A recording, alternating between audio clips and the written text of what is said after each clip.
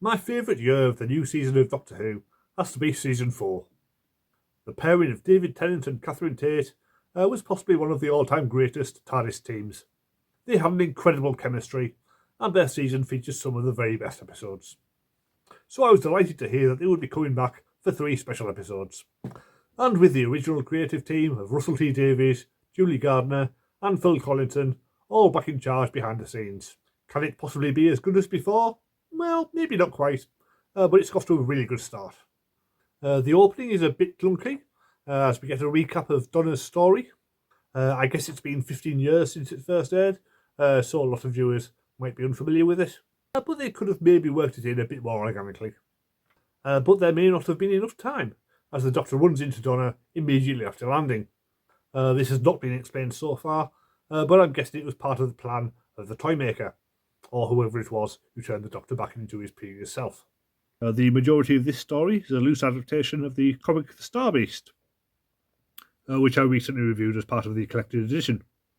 I'll link to that in the description. It's not entirely faithful. Sadly, the Doctor never gets a bomb implanted in his chest, and we don't see the Wrath spaceship at all. But the Meep spaceship is very similar to the original design, and Beep the Meep is also incredibly close to the original character. Wonderfully cute until they pull a gun and become an absolute menace. You can imagine a lot of kids will be asking for a toy Meep for Christmas, and possibly some adults as well. Just remember to look that up. The Wrath Warriors are also very close to their comics design as well. The TV version expands on the idea of the Meep controlling the minds of the unit soldiers. This happens a lot earlier on in the story, and allows for a lot more action scenes with the soldiers and Wrath Warriors shooting up Donna's house. There's even a character called Fudge. Sharon is not in the episode, but her role is given to Rose, Donna's daughter. I haven't seen Yasmin Finney in anything before, but she makes a strong impression and fits right into the ensemble. I can definitely see her character becoming a companion somewhere down the line. She's only meant to be 15 at the moment, so plenty of time for that in the future. The returning cast all fit seamlessly back into their roles, as if they'd never left. David Tennant looks basically the same as before, only with stubble and a different haircut. He plays the 14th Doctor, subtly different than he played the 10th. He still has many of the same mannerisms, but this time round he's got a much more haunted look about him, as he struggles to understand why he's back in this old body. Catherine Tate is also back on top form as Donna. 15 years of marriage and motherhood have definitely matured the character, but she's still a lot of fun to watch. And her scenes in the spaceship where she recovers her memories and decides to sacrifice herself to save her family are extremely well acted and show how far the character has come since the early days. Ruth Madeley also joins the cast as Shirley Ann Bingham, Unit's new scientific advisor.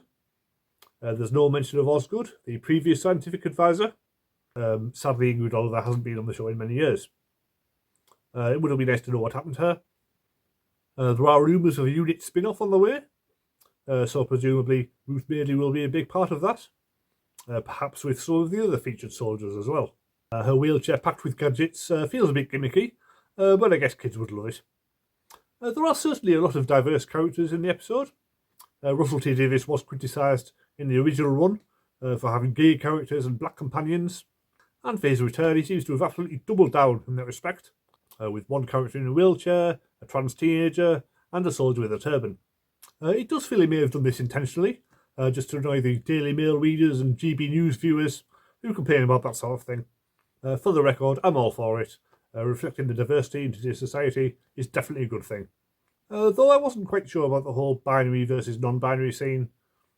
Somehow the world was saved by the Doctor and Donna being binary and Rose being non-binary. I didn't really understand that, to be honest. Apart from anything else, the Doctor was a woman until very recently, so surely that makes them non-binary as well. But then what do I know? Miriam Margolyes as the voice of Beep the Meep is possibly the biggest name guest star, and she does a fine job, both as the cute defenceless creature it appears to be originally, and the evil intergalactic criminal it turns out to be. It does feel like they've gone with a very kid-friendly villain in order to get the families watching again. And there's nothing wrong with that. There's certainly a very E.T. feel to some of the scenes. And there's plenty there for all the viewers as well, with Donna's story. So it all balances out in the end. Speaking of the end, we got to see the new TARDIS console room. And it's quite spectacular. Absolutely massive, full of ramps and multicoloured lights. It's a thing of beauty. It's clearly wheelchair accessible, so perhaps Shirley Ann Bingham will be coming on board in the future.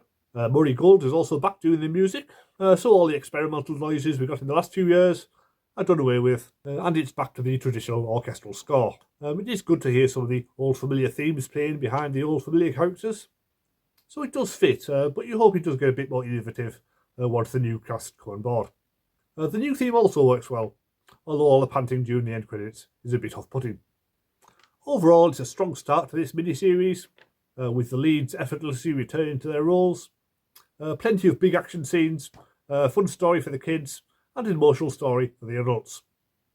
Is it the best story this team have done? Maybe not, but it's certainly a lot better than the episodes we've been getting for the past few years.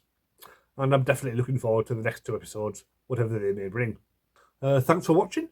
I'll be back next week with my review of Wild Blue Yonder. Please subscribe if you want to see that. I'm still very close to 100 subscribers, so it would be nice to reach that before the end of the year.